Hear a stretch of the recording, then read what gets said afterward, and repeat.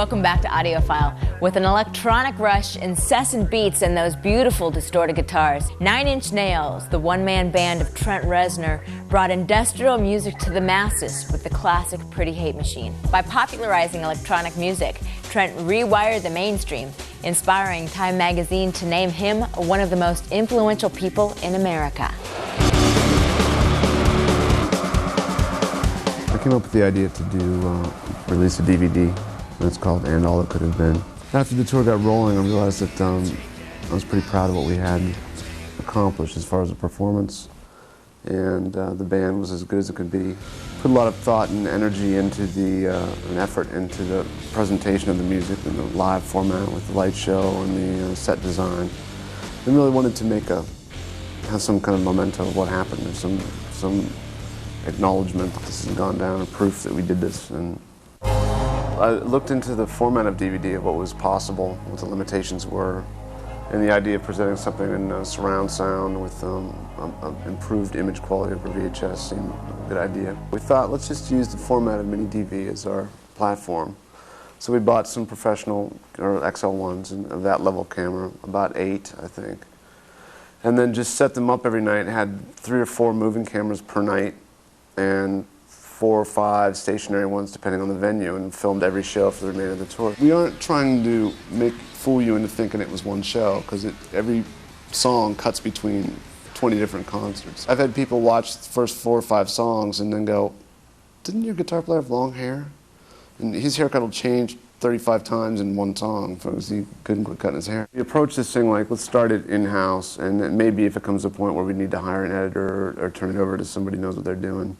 But we never hit that stage, but it did take quite a while. I was concentrating on the audio downstairs, and Rob Sheridan, who ended up being the director and editor of the whole thing. He worked on most of the editing and that sort of thing, but it was back and forth. I'd be working on audio and finish something, he'd have a song kind of done, then we'd have to tweak each one to fit each other. I think the end result is a DVD that we put a lot of effort into.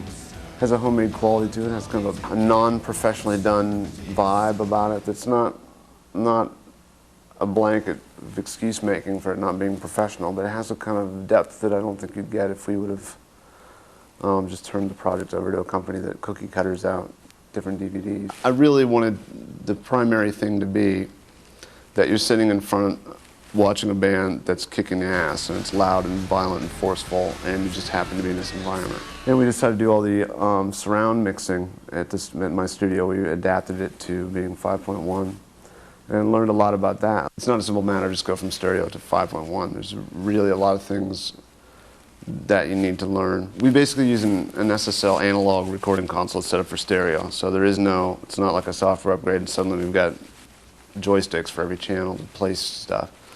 But there are some companies, Martin Sound is one, that makes boxes that kind of adapt your console to simulate that they've been set up for 5.1. I think when you go from stereo into a surround format, instantly there is a stunning amount more freedom and space, and things don't sound at all right initially. But then once you start tinkering around with it and realize that it doesn't exactly work the way you thought it might, but new things arise that are cooler than you would have thought of. I've always embraced technology and technological advances in the music making process and just in my life in general. It's like something new comes out, I think I need it, some new electronic gadget that I don't need, but I do need it just to know that it's one of my little things. The next thing I'm up to is really returning back to my home in New Orleans, and I've recorded a lot of music for a new 9 Inch Nails album, proper CD, I guess I should say, and I'm just going to sort through that and see what I still like and what I don't like, and really kick into finishing that because I'm inspired at the moment. Look out for the live 9 Inch Nails DVD in January of 2002. Now, how would you like to remix your own 9 Inch Nails song? You can, all you have to do is go to our website, techtv.com/audiophile. We'll connect you with the official 9 Inch Nails site, and there you get to remix a 9 Inch Nails song. It's called an e-mix. They've hooked up with the folks at Beatnik. Once you've done the mixing, you then get to email it to your friends. Look out for more 9 Inch Nails e-mixes in the near future.